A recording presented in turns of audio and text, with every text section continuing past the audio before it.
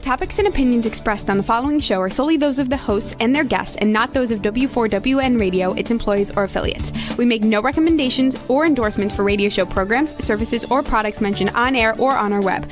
No liability, explicit or implied, shall be extended to W4WN Radio, its employees, or affiliates. Any questions or comments should be directed to those show hosts. Thank you for choosing W4WN Radio. This is Beyond Confidence with your host, Divya Parekh. Do you want to live a more fulfilling life?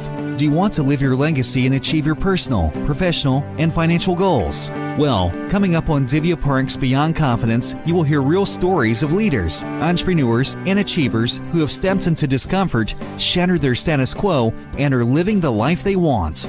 You will learn how relationships are the key to achieving your aspirations and financial goals. Moving your career or business forward does not have to happen at the expense of your personal or family life, or vice versa. Learn more at www.divyaparekh.com, and you can connect with Divya at contact@divyaparekh.com. This is Beyond Confidence, and now here's your host, Divya Parekh.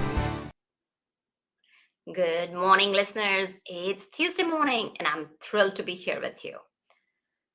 So for those of you who have got our books, I want to say thank you, because with your help, we are able to help entrepreneurs globally across the whole world. And we do that using kiva.org. And it's just amazing how people come together and help entrepreneurs. And if you have not got your copy, do remember to get your copy of either Expert to Influencer, which will help you become the influencer you want to be, create the impact you desire. Or you can get the Entrepreneur's Garden, which will help you set up your business or scale your business, or any one of our other books. We've got several books that you can choose from. And also, I'm going to invite you and encourage you to give that 1 hour of your time every month with no strings attached to help someone, whether it's your loved one, whether it's your neighbor or a stranger. So let's bring our guest on. Welcome, Melissa. Hey, it's great to be here. It's awesome to have you. So Melissa, we usually begin during your childhood. So do you have a moment that you remember even today, or any of your memories from childhood that stands out for you? Well, let's see. I had an interesting childhood. I skipped 2 grades, so I was always younger than the other kids. So a lot of my memories are kind of being this like sort of funny, awkward kid who is a lot younger than the other kids in the class. Yeah, and I'm sure that must have been tough. And how did you manage that? Well, I mean, kids are adaptable, right? That's you don't really know any other way. I think it has its pluses and minuses, right? I think if I hadn't skipped grades, I would have been really bored. So it evens out. That's true. And I like what you said. I did not know any other way. That's how it was. So let's continue your journey. So as you grew up, what were your interests? Let's see. Well, I was a big reader as a kid, still am. I loved writing from a young age. And just, with being outside, I grew up in North Carolina, really enjoyed the outdoors. My family always went hiking and stuff like that. Oh, North Carolina is beautiful, because that's where I'm at. I'm a fan of North Carolina. Yeah, no, it's great. I always say best weather in the United States. It sure is. We already have spring out there. And of course, along with the blooms, my allergies are blooming too, but that doesn't stop me from going out, go get those allergy pills and continue going out. So definitely agree with you there. So talking about reading, was there any particular book that left a mark? Let's see. A few different ones, depending on what age. I would say the Edward Eager books, which were about magic long before Harry Potter, right? Those were the original books about magic. And then when I got older, the Robert Caro books about Lyndon Johnson, his series of biographies of Lyndon Johnson, I thought were fascinating because it really talked about kind of how do things get done in the world, right? How do people accomplish things, for good and for bad? They were fascinating. Absolutely. And autobiographies can be challenging in the sense that sometimes you kind of think you have this different perception of a person, and when you go and take a look, they're very much like you or the next door neighbor, because everybody goes through those pain points and struggles. So as you continued your journey in your life, like, where did it take you? Let's see. So we moved from North Carolina up to Westchester County, New York in the middle of high school, graduated from high school, went to college at Harvard. And after that, moved to Manhattan, worked in advertising for a couple of years. And, it was very interesting. I always say advertising is like, it was like learning about the skin of the body. And I wanted to learn more about the heart and lungs. So at that point, I went back to business school. Swore I would do anything but financial services. So of course I ended up in financial services, working for a bank in London for the few years just prior to the financial crisis, which was a truly fascinating experience in terms of being both a cross-cultural experience and a very interesting industry experience as well. Absolutely. So you mentioned that you didn't want to go back in finance. So what was it that made you go back? Well, so I'd been in advertising prior, right? So it was actually a huge change, and I think part of what attracted me was the energy of the trading floor, right? That I was selling commodities, first oil and then carbon credits, and I love that energy and markets moving and all of that good stuff. But it's interesting. It wasn't really my calling ultimately. Consulting really ended up being my calling, but I figured that out a little bit by accident when I decided I wanted to come back to the United States. I'd been selling carbon credits, so I got a job at Deloitte as a carbon markets consultant. They thought the United States was going to get a carbon market at that point. And what's interesting is that, the subject matter that I've consulted on, has changed over the years, starting from, at that point, it was really around ESG transformation. And now I work on people transformation. But that practice of consulting really turned out to be the work that energizes me. Well, that's awesome. So sounds like your career has changed trajectories a few times. And how did you and when did you know that it was people that you wanted to work with? Yeah, so it's interesting. I kind of had this break point when I left Deloitte when I was pregnant with my daughter about, I guess what was it, 9 years ago at this point. And it was really born out of the insight that I still believed in kind of this intersection very much, and I still very much do, of making the world a better place and, capitalism, right? And making money. I think those two things can go hand in hand. But I realized that the lever of that change really is people. And that if we sort of don't work on the people side of things, nothing else is going to work. And so I made this very deliberate, kind of pivot into people consulting, which, has really proven to be, an incredibly inspiring and interesting place to work. Well, you're absolutely right on the mark that if organizations, systems, processes, whatever we want to call them, these are all just frameworks, and they're nothing without the people. Because if you think about it, right, when we say people buy from people, people work because of the relationships. Why is it that in a team, like, one person has more influence than anybody else? Like, that when that person speaks up, people will listen, people will give them credence, people will follow them.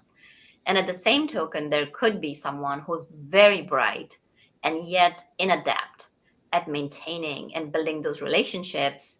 People will not even listen to her or him. So definitely I completely resonate with your point that it's about people rather than anything else. So given that, in the last few years, a lot of changes have happened and mental health has been impacted. And amongst that, like, a lot of things have been impacted with the creation of being a digital nomad and workers working everywhere. So yes, it has opened up a lot of areas where people were almost like praying for, like, oh, I wish I could stay at home. And it's almost like the prayers were answered on a global level and everybody was staying. And yet it has brought its own set of problems. So, like, there's a lot of anxiety monsters going around. So you do talk about slaying work monsters, along with the anxiety monster and a boss baby customer. So tell us a little bit about that and how do you go about it?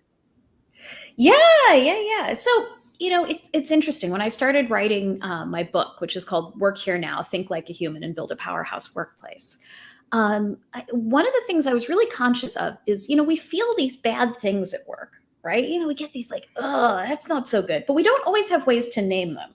So I thought, let's have a bit of fun. Let's name a couple of characters. Who's making things worse? So the work anxiety monster, we'll start off with that one. That's the little voice in your head that says that people are lazy and people are slow. And it makes us make bad management decisions. We have to drive everybody faster. We have to get them to work harder. Well, at this point in history, we're all working pretty hard and we're mostly working pretty fast, right? So that energy, that like anxiety monster energy, is just unhelpful. If anything, it's making things worse. So and then the work anxiety monsters, we do it to ourselves too. I'm lazy, I'm slow. All of this, like the productivity culture. I mean, I'm guilty of it myself. At a prior role, I actually taught a class in productivity, and I look back on that now and I go, oh goodness, no, not the issue. So that's one, the work anxiety monster. Then the boss baby customer is an interesting one because unlike the work anxiety monster comes from a bad place, right? That's just your own anxious feelings and extrapolates up to organizational level, and it's just not good. The boss baby customer actually comes from some really good intentions, right? That over the last, let's say 10 or 20 years, we've said, okay, we are going to do better for our customers, right? Customer centricity. We're going to be amazing for our customers.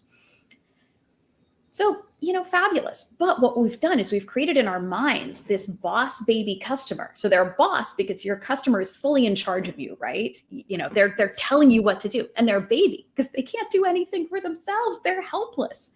And that combination, right, is pretty toxic. And by the way, it's not reflective of real customers, right, who can do things for themselves and do not need to be in charge of every aspect of the companies they, are purchasing products and services from. So, kind of re-engineering around that boss baby customer and saying, okay, well, here's a useful dividing line between what I want my customer experience to be and what I want my employee experience to be. That sensible dividing line is the best. That's where we need to live. But it takes some work to get there, right? You have to shut down those thoughts of, which are a little anxiety monster-ish. If I don't serve the customer in X way, they're going to go do business with someone else. Well, definitely. You brought up a really good point that if I don't do this X, Y, and Z with customers, they'll go away. So it also again kind of goes back to having those values. What is the 1, 2, 3, or 5 core values that you want to live your life by? And that's also reflected in the organizational culture, not only at the individual level, it doesn't matter whether you're a startup business or an organization, and identifying your ideal client. Because if you are working with your ideal client, they will be appreciative of you. And even having a culture that it's okay. It's okay for us to let go of a customer because if they're not the right customers, they'll walk away unhappy anyway. And now they may end up writing bad reviews or talking bad about you or causing you so many issues that just having that one customer, and this is I can tell from my own previous days of my previous life when I used to work in Fortune 50, Fortune 500 companies, along with being a consultant for so many years, that the energy spent on a bad customer or on a demanding customer is so much that it sucks out so much of you versus you could bring on 2 ideal customers, whereas you're spending that time on one bad customer, which is the double. So it's again sitting down and recognizing your core values. And so have you had any experience around that? Yeah, it's really interesting that in kind of my consulting practice, this is an issue that we end up talking about a lot, about, to what extent are guardrails for your customers, and to your point, even firing bad customers, a legitimate strategy for improving employee experience. And it's interesting because I think 99% of the time it's guardrails. I think it's really setting sensible limits. And I've seen that in my own life, that when I've pushed back with a client where I've said, okay, well, that's fabulous. The team cannot have it for you in that exact time frame. Here's what they can do, et cetera, et cetera.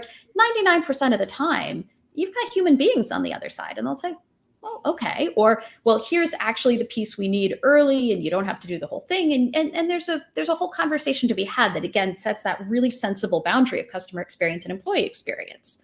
The 1% who are not rational and who continue to push back, right? That, okay, those are the customers or clients you fire. But in general, that can be I think a really positive, constructive conversation, because again, if you think about it, it's better for the customer too, because a lot of times it will get to a place of them articulating what they truly need. And when you get to a place where you're saying, this is what I can truly deliver, and they're saying, this is what I truly need, again, that's a great conversation. That's a productive place for everybody. And when we don't come back and ask questions, we don't sort of push back and set healthy limits, we never get to that conversation, which is actually a good place to be.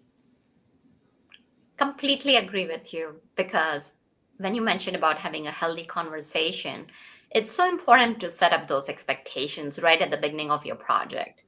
So it's not even sometimes, so I remember this is a story with one of our clients. They were notorious because they had changed some other companies. And then when they came to us, it's a grapevine. Like you mentioned, it's people with people. And what we did was we set the expectations and we had them sign those. And this was a completely different from the corporate contracts. And when we had them sign it, they were super hesitant, but they knew that our intention was to have a quality project. And it's almost even kind of bringing and aligning your customers, or even for that matter, team members. What is the common goal? It's not about the egos. It's not about people. It's about what we are going to deliver and whom we are going to deliver. And I found that really, really helps set those guardrails, as you talked about. Now, switching subjects, you also talk about workforce copy machine. What is that? Yeah, so this is something that I've been interested in for years, is this idea of, we keep talking about the future of work, but we never seem to get there. And we're much more likely in many ways to kind of copy paste the past right back into the future. I mean, look at the dialogue we're having right now around child labor. That issue was supposed to be settled, right? We were not supposed to be using child labor anymore. And yet we're opening up a legal conversation in the United States about, should we be doing it? I don't know. Maybe it's a good idea. Not a good idea, right? Let the past stay buried. So this idea of the copy machine is, what are all the things we do that kind of keep perpetuating the past? And, so some of it is around talent acquisition, that it is easier to do talent acquisition at scale if you literally copy paste, right? So, okay, we're going to open a new job rec. What rec are we going to clone? We're literally going to copy a job for the new job, things like that. Or how we reward leaders. We reward leaders in general for stable, continuous, predictable performance, right? We don't want this stuff, right? But we might want this, right? If it leads to this, right? The growth that so many companies are seeking. But the way that we reward leaders really pushes the continuity button. That it's almost like, if your goal as a restaurant was to never give anyone indigestion or heartburn rather than to cook delicious food, right? We reward leaders for not giving anyone indigestion or heartburn. So the copy machine is kind of the sum of a lot of these factors that just, keep things the same. I mean, another example is human resources is generally not set up in a way that's remotely comparable to the complexity of the organizations around it. And if you study complexity theory, you see that the sort of optimal complexity of something within something else is the complexity should basically match, right? If you're much simpler than your environment or much more complex than your environment, you're doomed to failure. And HR, I mean, it's funded at about a third the level generally of finance or IT. It has about a third as many people per employee as either of those departments, right? So it's super underfunded, and it doesn't match the incredible Byzantine complexity of even, not that gigantic companies. Companies are very complex. And so again, you don't have that mechanism to really push the people side of things into the future. And that's the copy machine that just keeps repeating the past. Mm-hmm. So how would you say, let's say whether it's a small organization or a mid-size or big organization, they've got all these systems in place where it's always about, especially with you being in the finance side, that every company, especially if it's a public company or even if you're a private company and you're answering to investors, like every quarter, you gotta come up to the expectations or even beat those expectations. Given all of that, how can people turn off that copy machine and create the future workforce that we have been talking about for so many years? I think some of it is about picking your battles. That, to your point, companies are resource constrained, right? And it's a huge complaint. We would love to do all this great stuff for our people. We don't have the time or the money. Fair play. What you want to do is pick a few key places where you really can make change. And it's interesting. In the book, I've got 90 concrete recommendations, 45 for organizations, 45 for teams. I repeat one twice, and that is do less. If you can actually pick fewer things and do them better, right? That's the key to all kinds of people's success. Because if you look, research shows, for instance, neurologically, we're overloading people at work these days, right? Too many meetings, too many Zoom calls. We are literally frying people's brains. We got to stop doing that. But in terms of making change on the people side as well, and it's not going to be the same for every company. I would love to say, well, just implement this one people initiative and that's it, you're set. Right? It varies tremendously. It's why a great place to start actually is just having a people strategy. And a people strategy is nothing fancier than taking your business strategy and saying, okay, this is our business strategy. Here's a few people things we need to do. And here's a few segments of our population we're going to particularly focus on. It's interesting. Organizations often think, we got to just spread that peanut butter really thin across our whole population. And many times by focusing on particular segments, you actually get to more, kind of felicitous and equitable outcomes for everybody by just starting to focus on a few places, right? And that could be a demographic, right? It could be a particular gender or ethnic group. It could be a career segment, right? It could be early in career people. It could be high-level leaders. It sort of doesn't matter. It could be a division. It could be a geography. There's no one right answer, but it's going through that process of picking where you're going to focus and the few things you're going to be great at for your people that honestly accomplishes more than trying to do everything with, to your point, limited resources. That absolutely makes sense, because when you do less and to completion, because so many times what happens is, whether you are sitting from either from an inside perspective or from an outside perspective as a consultant, you see that there's so many initiatives that are taken and they're just kind of left as check marks that, oh, we did this, and it's not touching people.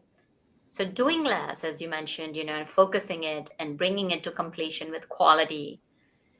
And one of the things I've seen has been very effective is that transferring the ownership to people itself.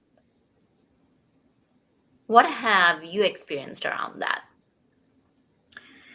Yeah, this is a fascinating one, that organizations, when there's oftentimes this artificial divide, right? There's sort of like people and there's work, right? And work, we control it and we manage it, right? We've got our hands on the steering wheel kind of tightly. And I share a story in the book of wanting to put the words command and control in a presentation, right? It's something a company was moving away from. My colleague said, no, don't put it in there. No, that's so 1970s. Don't put those words in there. I'm like, no, we're putting it in there. So we put it in there. I won the argument. And the client pointed to those words on the page and said, command and control, that's our problem. That's what we keep doing, right? The thing that we thought was 40 or 50 years in the past, organizations are still doing it. And so the interesting thing is when we actually kind of open it up and we say that the way people operate, right, generally independently in the world is the right way of operating at work, we get great results. I'll cite an example. Recently, I moderated a panel with the head of innovation for a large bank, and he'd had remarkable success they'd sort of defined an agenda of where they needed to get to from an innovation perspective for all of their back office functions, right? So not all the like clever, flashy stuff, but the things that happen in the background that really make the bank run.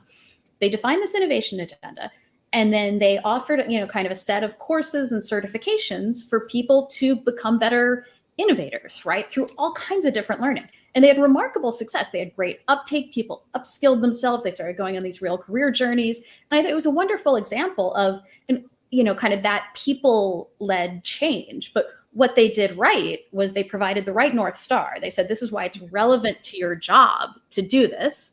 And then they provided the right resources and then an ability to measure progress.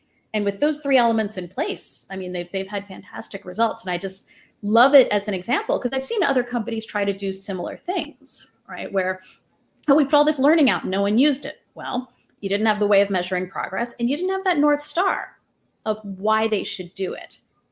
And that, to me, you got to have all those things in place to have the real formula for success. Mm-hmm. That's a really, really great story. It's, again, illustrates the point that invest in your people the right way.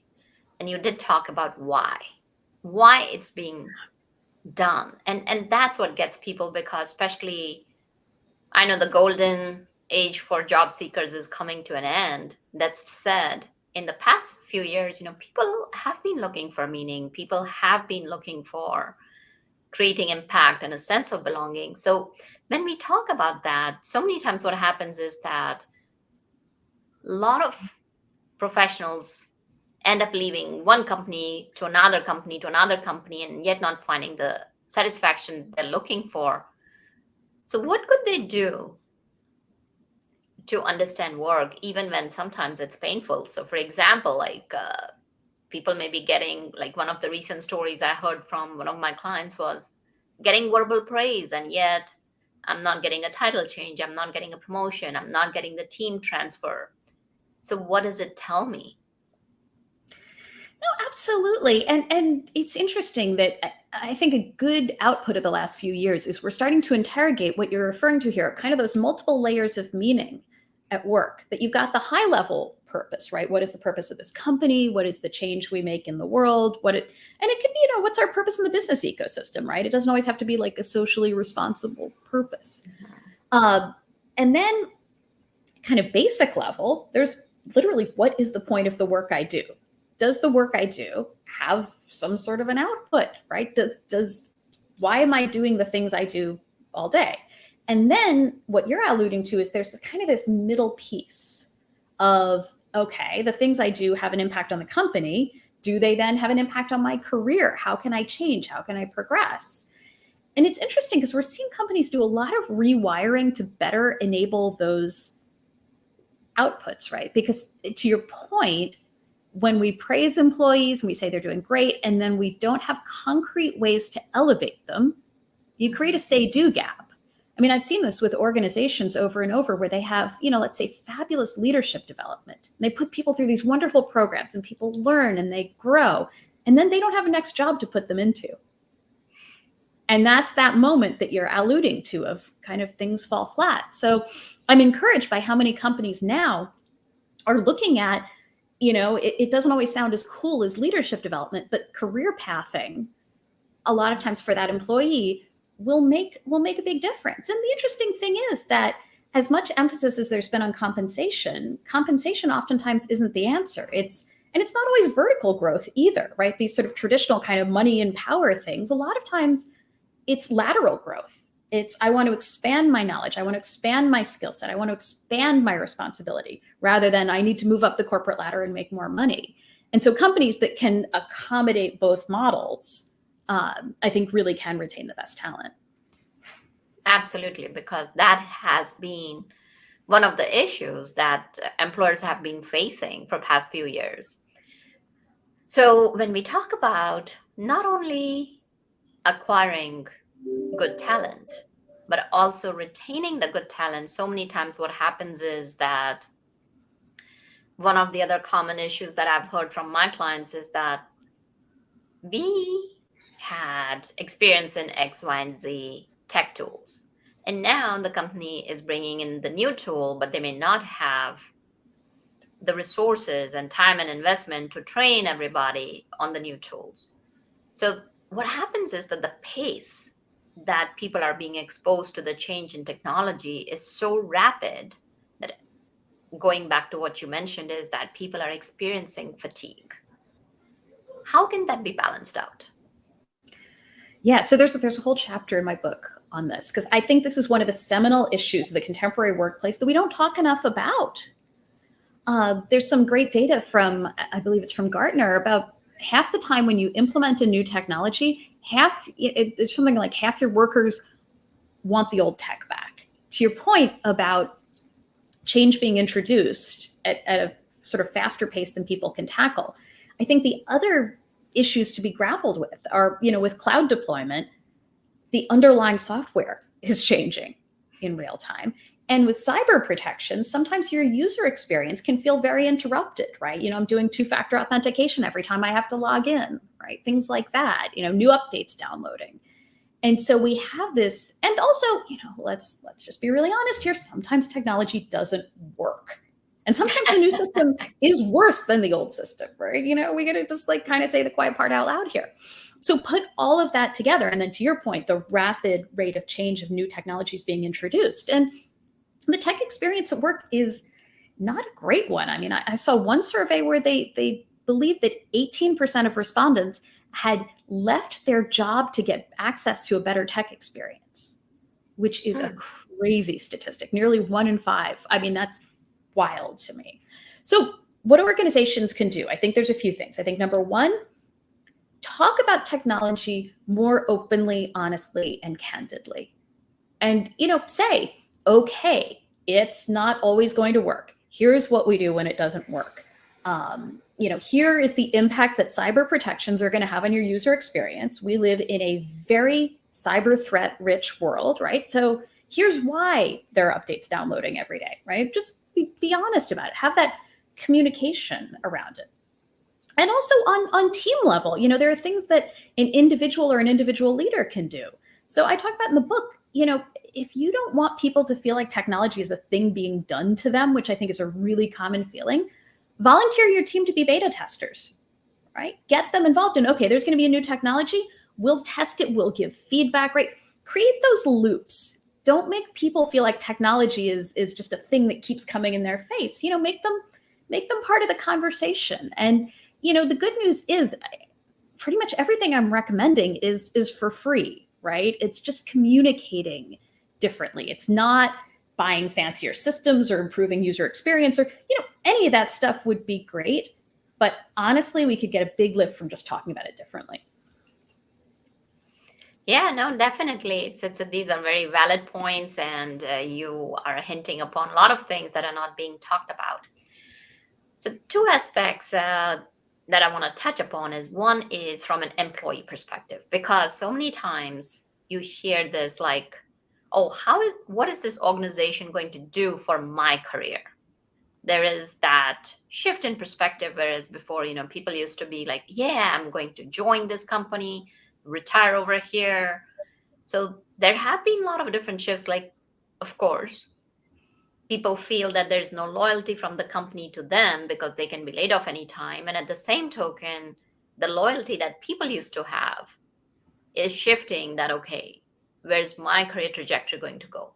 So now, given that, basically what we're observing is this arena where people feel like everybody's out for themselves, but that does not create a conducive atmosphere. So what can employees do? And what can employers or leaders do so that we can bridge this gap? Yeah. I think you just described it beautifully. And it's interesting. In some of our Mercer research, what's really popped is this idea that we're renegotiating the lifestyle contract, right? That, to your point, it's a negotiation from both sides. And I think for employees, it's being vocal about what makes their life work, right? So not just, okay, I need more money, I need a bigger title or whatever, but what makes my brain grow? What flexibility do I need? And so I'll give a very concrete example. A lot of times in the flexibility discussions the last few years, it's all been about the where. I want to work from home, I want to work virtual, I want to move to Canada, whatever it is. But what people are actually seeking on the flexibility front oftentimes is the when. It's the, okay, my best work is not necessarily done 9 to 5 because of anything from my circadian rhythms to, my kid's school schedule. So reorienting the conversation around the lifestyle thing you genuinely want, which is the when flexibility instead of the where flexibility, is a great place to take it. And then from the employer's side, same thing, kind of reversed. Think about your employees in aggregate over kind of the totality of their lives, and how are you a better part of making their life work? When you come at the conversation that way around that lifestyle contract, that's, I think, when a bit of the magic happens. And to your point, you can reestablish some of the trust and some of the stickiness. If organizations can figure out this career pathing thing and be able to move people in interesting ways that keep them growing, right? You could reestablish the gold watch organizational tenure, as long as you keep providing experiences that really light people up. These don't have to be irreversible trends. Absolutely. You hit the nail on the head, so to speak, that it doesn't have to be in one way or anything. It can be negotiated. It can be talked out. It can be a compromise on both ends, because employees also understanding that if I'm getting X, Y, and Z, then I got to recognize that this is going to also happen, and I need to put in the work. I need to see what the growing pains are. It's not just all about me. It's about it. I always say, whether you're shaking hands or whether you're giving a hug to someone, whatever it is, it's a partnership. It's not a one-way street. So tell us a little bit about any thoughts you may have around this, and then tell us a bit more about your book. Yeah, I think one of the key pieces, and you'll see this as sort of a red thread in a lot of the strategies in the book, is just opening up more dialogue. That organizations that really figure out clever ways to listen to their employees, but then to have the dialogue back, right? A lot of the sort of classic mistake is sort of do employee listening, right? So we've got our annual engagement survey and we have the data, and then we broadcast back, right? That's not a true dialogue. Creating a true dialogue is how you avoid these sort of ships in the night moments of, oh, we're losing people and we don't know why, and our tenure's going down, and et cetera, et cetera. And in the book, kind of the mission was, it's interesting. I started off, years ago thinking about this kind of fun, jokey book about like adventures in the future of work, and it's so silly, and open plan offices and agile sprints. And during the pandemic, kind of my mental vision really, really changed. And so the book is really about what are all the ways that work kind of breaks down. And that could be greedy work, where work takes over too much of your life. Or that could be the fact that fundamentally for different employee groups, people's basic experiences still really vary in the workforce, right? Depending on what demographic group you're in. And that's no good either.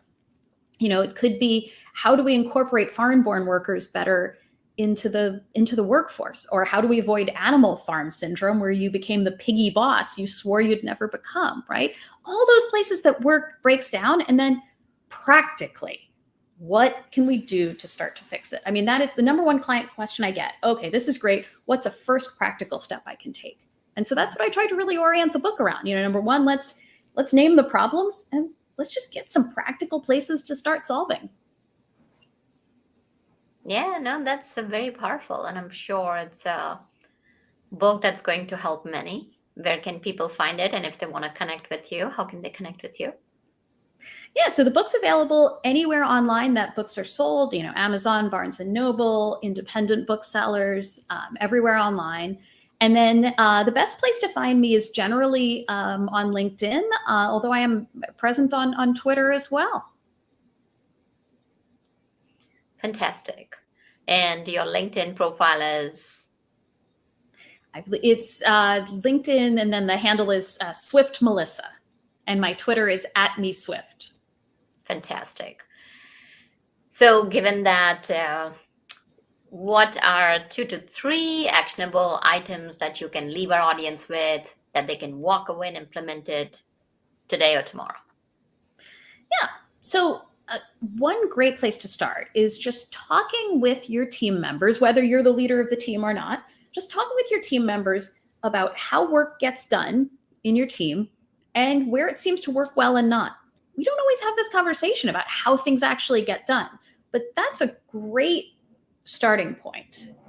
And then I'll come back to the do less one.